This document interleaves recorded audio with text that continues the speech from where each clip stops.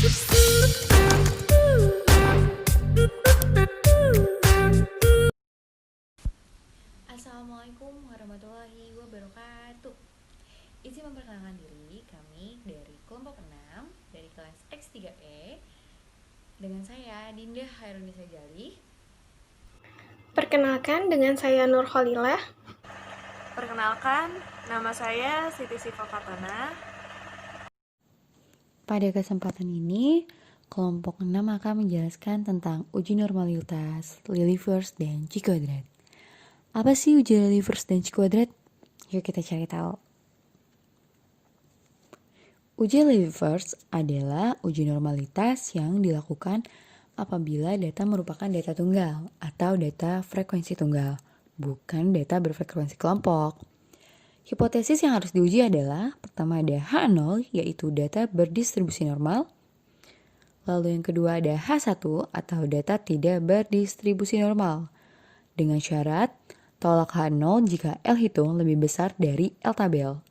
Terima H0 jika L hitung lebih kecil dari L tabel. Langkah-langkah untuk melakukan uji Lilliefors adalah kolom 1. Masukkan data yang akan diuji kenormalannya dengan cara mengurutkan dari yang kecil sampai besar.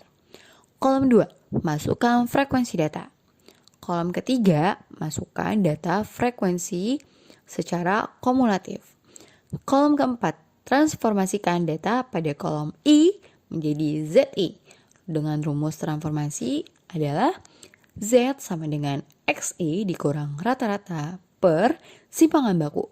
Kolom 5, isilah dengan harga peluang dari tabel distribusi baku sesuai harga Z yang ada pada halaman 430 di buku paket statistika.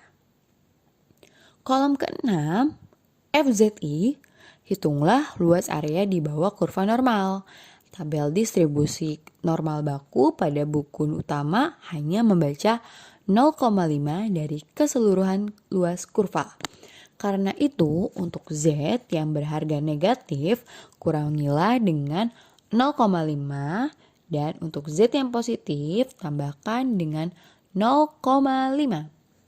Kolom ke-7, SZI, membagi area kurva normal dengan cara membagi frekuensi kumulatif secara berurutan dari masing-masing data XI dengan jumlah data seluruhnya. Kolom ke-8, hitunglah selisih antara FZI dengan SZI apabila harga positifnya. Kolom 9, tentukan harga selisih mutlak FZI dikurang SZI yang tertinggi dan akan menjadi LO atau L hitung. Selanjutnya, bandingkan dengan harga L tabel.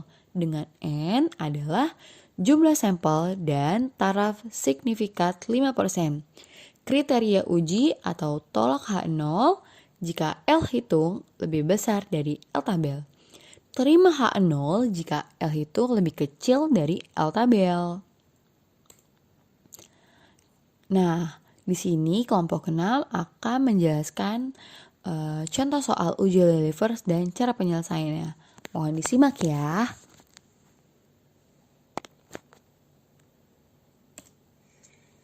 Oke, jadi di sini saya akan membahas contoh soalnya dari uji Lilliefors. Di sini sudah ada datanya. Yang pertama 24, 30, 49, 39, 26, 17, 36, 29, dan 23. Nah, soalnya lakukan pengujian kenormalan data di atas menggunakan uji Lilliefors dengan mengambil alfa sama dengan 5%. Jadi ini tuh untuk menentukan nanti pada saat di Z tabel. Jawabannya pertama kita menentukan hipotesisnya. Hipotesisnya yaitu H0 dengan apabila data berdistribusi normal. Jadi H0 sama dengan data berdistribusi normal. H1 data tidak berdistribusi normal. Dengan alfa yang diambil yaitu 5% atau sama dengan 0,05. Selanjutnya kita akan membuat tabel terlebih dahulu ya. Oke, di sini udah ada tabelnya. Kenapa bikinnya panjang? Karena saya biar langsung jadi satu, digabung semua. Gak dipisah jadi 2 tabel. Biasanya kalau di buku itu kan dipisah jadi 2 tabel. Nah, di sini mau disatuin semuanya biar lebih gampang dipahaminya. Pertama dari nomor dulu kita isi terus sama datanya. datanya diisi secara berurutan. Ini kan masih acak datanya, diisinya di sini berurutan dari yang kecil sampai besar. Nah, ini diisi datanya, datanya kan berjumlah 9, jadi nomor urutnya 1 sampai 9. Terus data yang pertama itu 17, 23, 24, 26, dan terakhir 49. Nah, untuk frekuensinya di sini saya menggunakan data dengan frekuensi yang semuanya itu berjumlah 1. Kita isi. Selanjutnya ada F kumulatif. F kumulatif itu frekuensi secara kumulatif dari baris 1 sampai terakhir. Jadi yang pertama 1, terus kedua 2, 3, 9 terakhir. Selanjutnya rata-rata. Rumus rata-rata itu kan sigma X sama dengan jumlah data dibagi dengan banyaknya data. Jumlah datanya itu 273 dibagi banyak datanya 9 sama dengan 30,33. Nah, jadi rata-ratanya didapat 30,33. Selanjutnya kita menghitung X dikurang X bar kuadrat untuk mempermudah nanti mencari simpangan baku dan ZI dan selanjutnya. Jadi kita nentuin dulu X dikurang X bar kuadratnya. Nah, pertama itu data yang pertama 17. Jadi 17 dikurang X barnya 30,33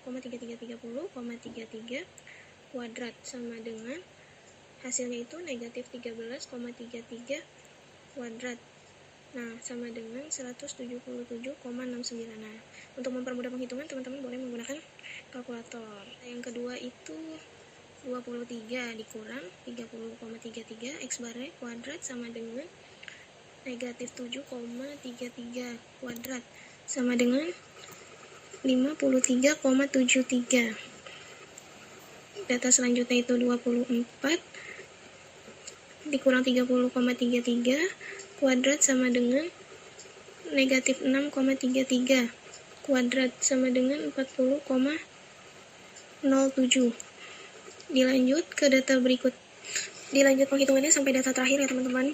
49 dikurang 30,33 pangkat 2 sama dengan 18,67 pangkat 2 sama dengan 348,57. Setelah itu kita masukin ke tabelnya. Di sini X dikurang X bar kuadrat. Masukin datanya. Yang pertama 177,69.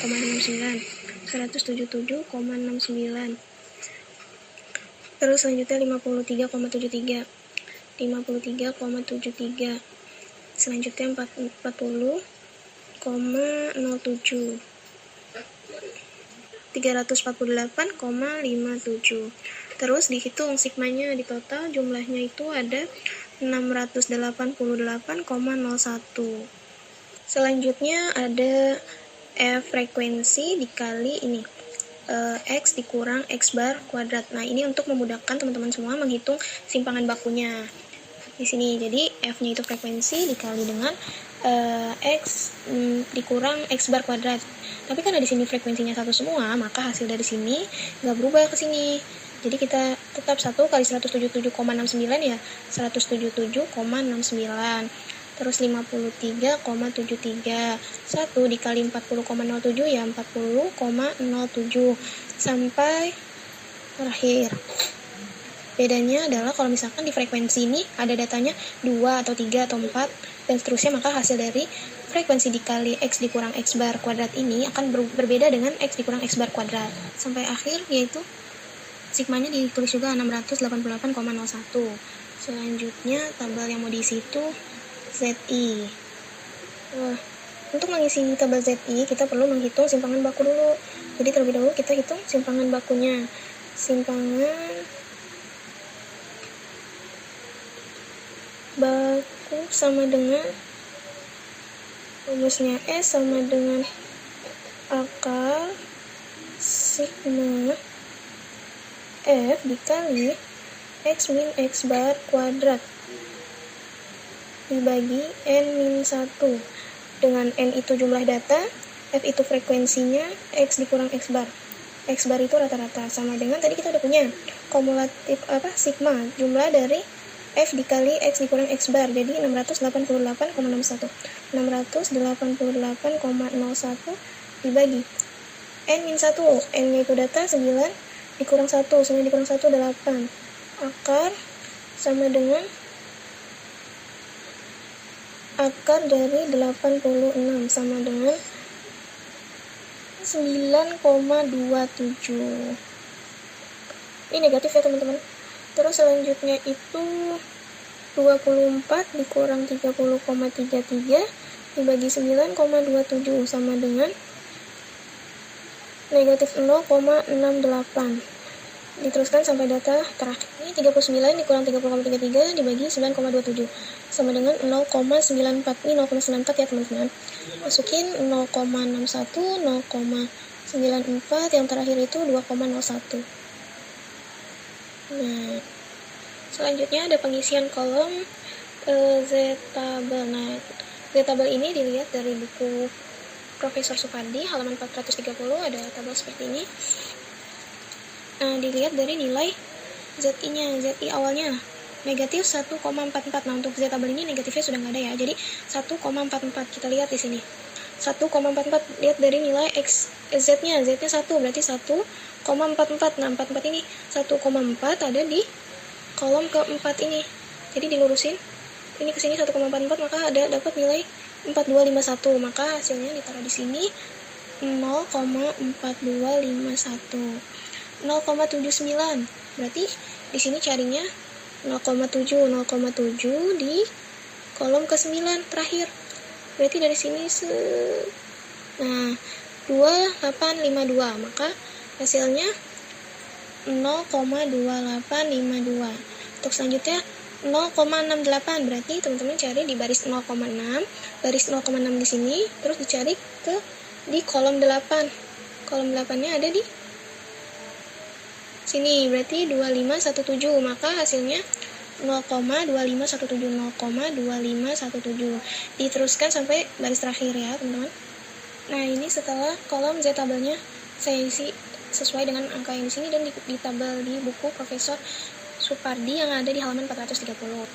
Selanjutnya kita pengisian kolom FZI.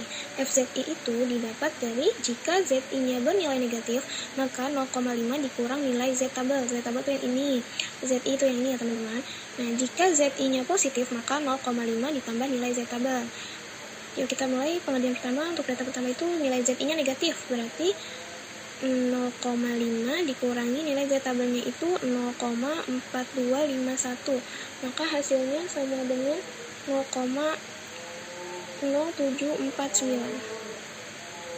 Untuk penghitungan seperti ini teman-teman bisa menggunakan kalkulator untuk mempermudahnya.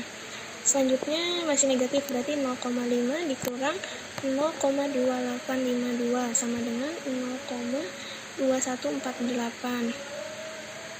Nah, ini nilai FZI-nya udah saya hitung semua, jadi tinggal dimasukin ke tabel FZI-nya. Untuk data pertama 0,0749, 0,0749, terus 0,2148, 0,2148, selanjutnya 0,2483, 0,2483. Diteruskan sampai data terakhir ya. Nah, ini setelah saya isi kolom FZI-nya sampai data terakhir itu 0,9778. Selanjutnya pengisian kolom SZI. Nah, nilai SZI ini diperoleh dari F kumulatif dibagi banyaknya data. Contohnya gini pertama. Untuk data pertama berarti F kumulatif itu kan 1. Nilai SZI. Nilai pertama itunya kan 1. N-nya itu 9, berarti banyaknya data itu 9, berarti 1 per 9. Maka hasilnya itu 0,1111. Diambilnya 4 angka di belakang koma ya, karena kita mengikuti tabel-tabel sebelumnya. Data yang kedua F kumulatifnya berarti kan 2 per 9, maka hasilnya itu 0,2222. Nah, yang ketiga itu 3 per 9, maka hasilnya itu 0,3333. Dilanjut sampai nanti 9 per 9 yang hasilnya itu 1. Nah, jadi seperti ini teman-teman. Setelah dilanjutkan sampai data ke 9 per 9 yang hasilnya itu 1. Tinggal kita masukin ke tabelnya. Yang pertama 0,111, 0,111, yang kedua 0,222, 0,2222. Yang ketiga 0,3333. Yang keempat itu hasilnya 0,4444. Yang kelima itu dari 5/9 itu hasilnya 0,5556. Selanjutnya 0,6667, 0,7778, 0,8889, dan 9/9 itu adalah 1. Nah, pengisian selanjutnya yaitu kolom FZI dikurang SZI. Jadi nilai ini dikurang dengan nilai ini sampai semua datanya. Yang pertama 0,0749 FZI dikurang SZI sama dengan data pertamanya itu 0,0749 dikurang 0,1111 sama dengan 0,0362. Data yang kedua 0,2148 dikurangi dengan 0,2222 sama dengan 0,0074. Data yang ketiga yaitu 0,2483 dikurangi 0,3333 sama dengan 0,0850. Selanjutnya 0,3192 dikurangi 0,4444 sama dengan 0,1252. Lanjut sampai 0,9774 dikurangi 1 sama dengan 0,0226. Nah, nilai FZ ini dikurang SZI kita masukkan ke tabelnya. Yang pertama 0,0362, 0,0362. Yang kedua 0,0074, 0,0074. Yang ketiga 0,0850. Yang keempat 0,1252, 0,1252 sampai kolom terakhir. Selanjutnya kita sampai di kolom yang terakhir sebelum menarik kesimpulan. Jadi di sini ada kolom L0 atau LO.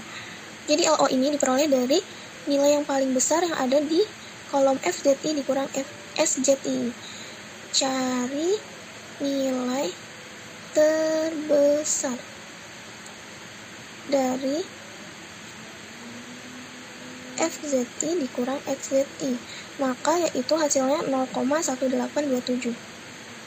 Nah, ini diperolehlah LO-nya 1827.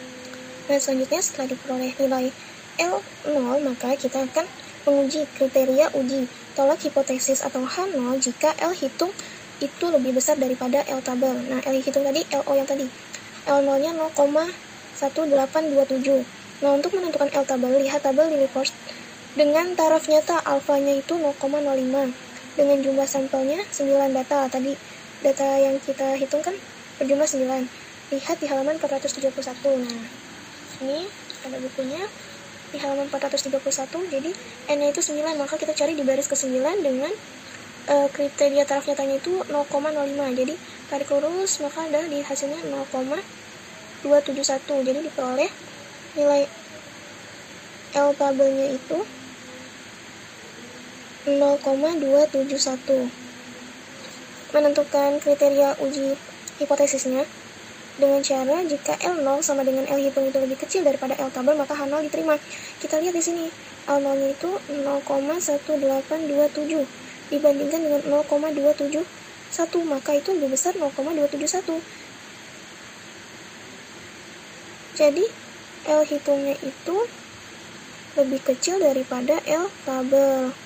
Maka hipotesisnya, keputusannya itu hipotesisnya diterima. Dan kesimpulannya,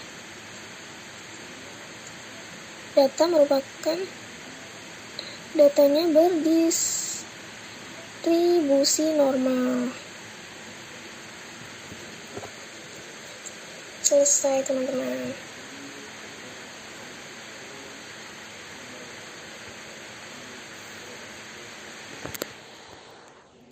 Itu adalah contoh soal dari uji Lilliefors. Bagaimana dengan C kuadrat? Yuk kita cari apa itu C kuadrat. Uji kenormalan data berkelompok C kuadrat. Uji C kuadrat digunakan untuk menguji kenormalan data jika data disajikan dalam sebuah tabel. Data berfrekuensi kelompok. Hipotesis yang harus diuji adalah 1. H0, data berdistribusi normal. Yang kedua, H1, data tidak berdistribusi normal. Namun dengan syarat H0 ditolak jika C kuadrat hitung lebih besar dari C kuadrat tabel. Kedua, H0 diterima jika C kuadrat hitung lebih kecil dari C kuadrat tabel. Langkah-langkah untuk melakukan uji C kuadrat adalah kolom 1. Masukkan kelas-kelas interval data yang akan diuji kenormalannya. Kolom kedua, masukkan data frekuensi dari setiap kelas interval atau frekuensi observasi. Kolom ketiga, tentukan tepi bawah dari setiap kelas interval. Kolom 4, transformasikan tepi bawah kelas ke dalam bentuk Z dengan rumus Z sama dengan XI per rata-rata dikurang rata-rata per simpangan baku. Kolom 5 dengan menggunakan tabel distribusi normal di halaman 430, isilah sesuai dengan harga pada tabel kurva normal.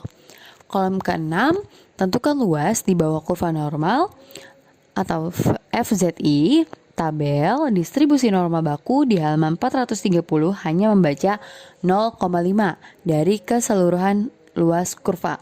Karena itu untuk Z berharga negatif dikurang kepada 0,5 dan untuk Z yang positif tambahkan kepada 0,5.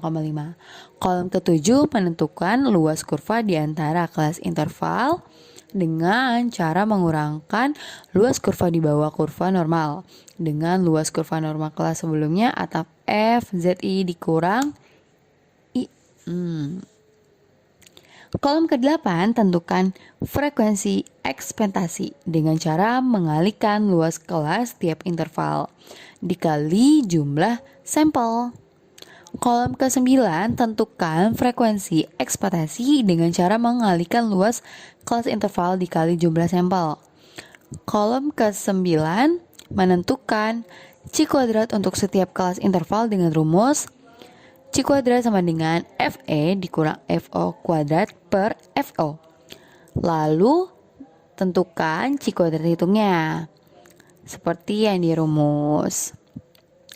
Lalu bandingkan C kuadrat hitung dengan C kuadrat tabel, di mana derajat bebasnya DK sama dengan simpangan baku sama dengan K min 0.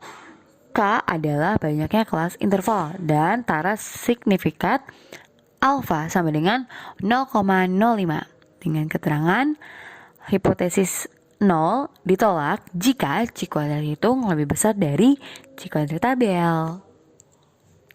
Nah, untuk lebih lanjutnya adalah kita dapat lihat dari contoh soal yang akan dijelaskan oleh Syifa.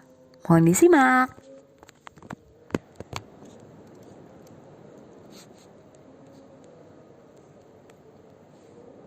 Yang pertama, kita tulis hipotesis dengan H0 dan H1-nya.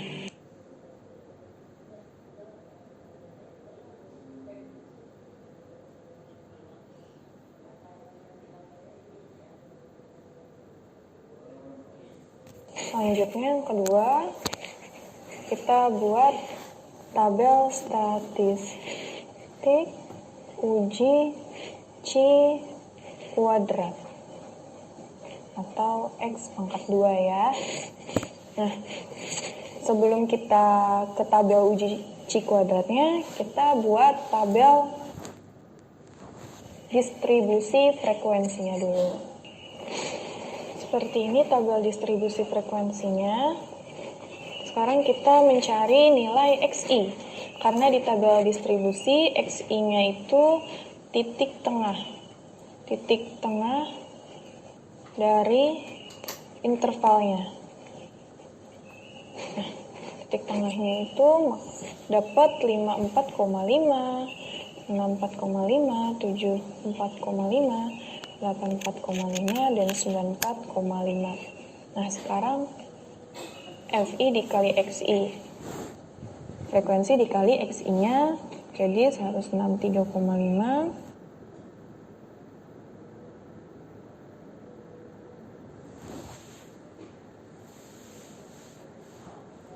dijumlah hasilnya 3985. Nah, sama seperti uji Lillie Force, kita cari nilai rata-ratanya dulu.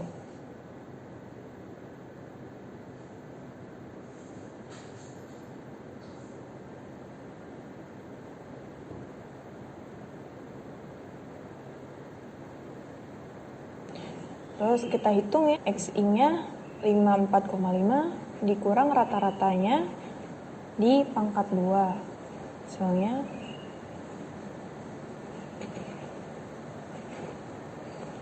lalu karena di sini frekuensinya banyak ya, jadi si frekuensi dikali XI dikurang rata-rata di pangkat 2. Jadi ini dikali ini, maka di jumlah keseluruhannya menjadi 6093,63. Nah, sekarang sebelum kita beralih ke tabel C kuadratnya, kita masuk ke simpangan bakunya. Rumusnya sama seperti simpangan baku yang sebelumnya.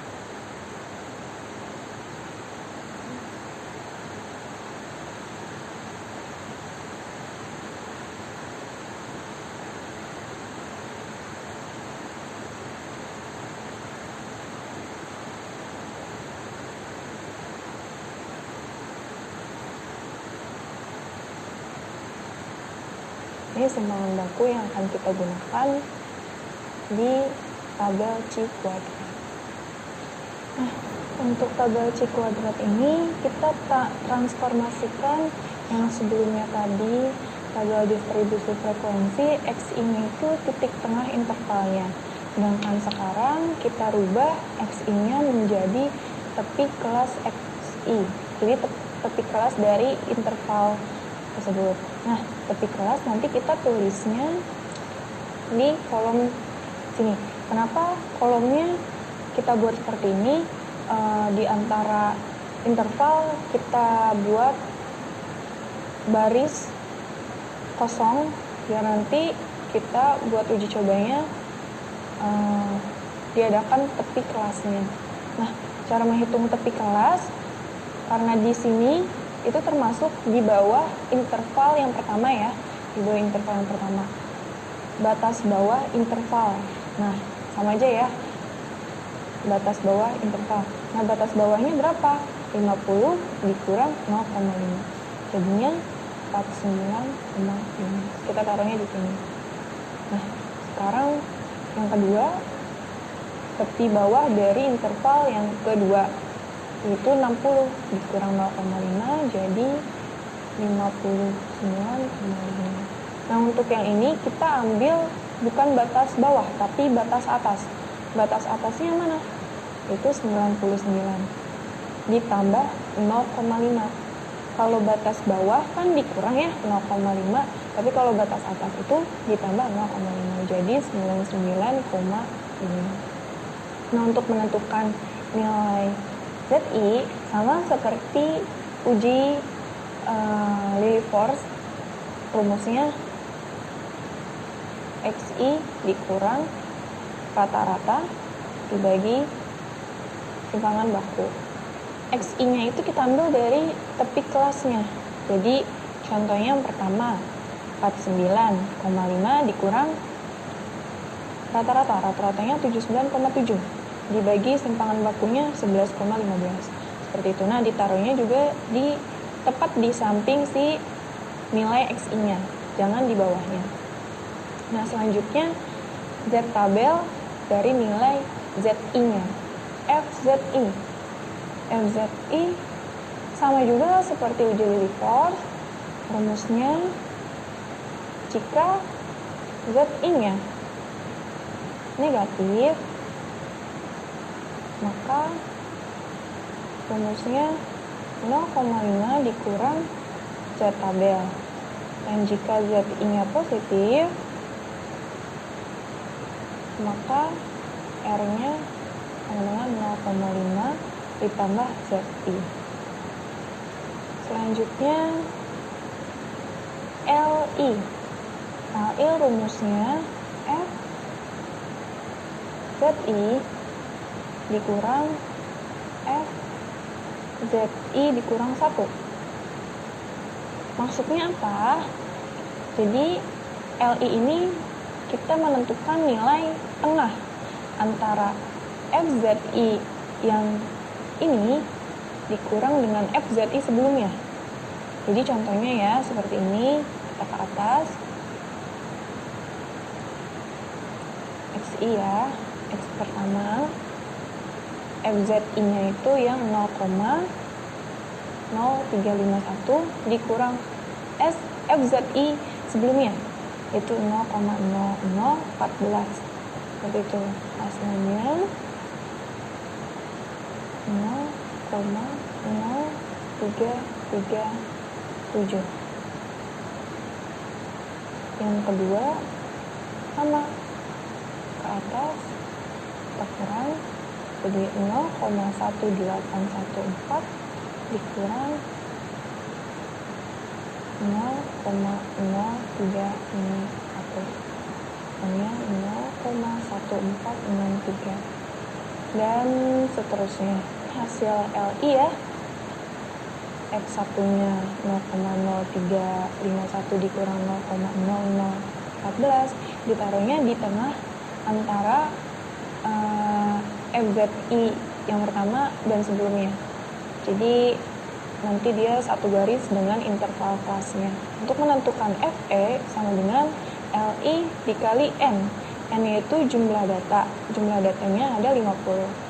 Jadi contohnya X1-nya LI-nya 0,0337 dikali 50. Hasilnya sama dengan 1,685. Sini ya, 1,685. Hasilnya seperti ini ya, FE-nya 1,685, 7,315, 16,330, 15,130, 7,595. Selanjutnya kita ke nilai FO dikurang FE dikuadratkan dibagi FE. Nah, FO-nya berapa? Contoh ya, X1-nya FO-nya itu 3 dikurang FE. FE-nya 1,685 dikuadratkan baru dibagi FE. FE-nya 1,685. Hasilnya 1,03. Nah, kita tulis di sini 1,03. Hasilnya seperti ini. Nah, terakhir kita jumlah nilai ini dari atas sampai bawah, jumlahnya itu 4,23. Ini adalah X pangkat 2 hitung. Selanjutnya kita ke nomor 3, yaitu kriteria uji tolak H0 jika X pangkat 2 hitungnya lebih dari X pangkat 2 tabel. X pangkat 2 hitungnya tadi 4,23, dan sekarang kita cari X2 tabelnya. Cara menentukannya dari tabel C kuadrat dengan taraf signifikannya 0,05. Sama seperti uji Lilliefors, kita menggunakan taraf signifikannya 0,05. Atau kalau nanti di tabel C kuadrat itu yang keluar persenan, maka dikali 100%. Misalnya 5%. Dengan derajat kebebasan. Yang kedua, syaratnya adalah derajat kebebasan atau DK. Rumusnya K dikurang 1 atau K-nya ini, K-nya adalah jumlah kelas atau intervalnya. Nah, jumlah kelasnya kan 1, 2, 3, 4, 5. Maka si K-nya ini adalah 5 dan dikurang 1 maka 4. Jadi DK-nya adalah 4. Mencari nilai tabel C kuadratnya, DK-nya sudah diketahui 4 dan dengan taraf signifikan 5%, maka kita tarik ke bawah dan ke samping nilainya 9,488. Hasil X pangkat 2 tabel sama dengan 9,488. Maka X pangkat 2 itu lebih kecil dari X pangkat 2 tabel. Maka keputusannya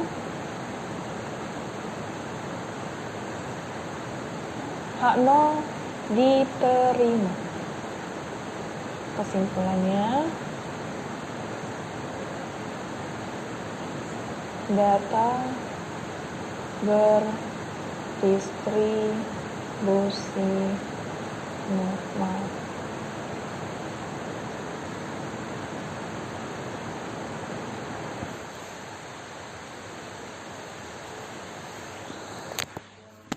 Itu adalah contoh soal dari C kuadrat. Oke, sekian presentasi yang kami sampaikan. Semoga bermanfaat ya.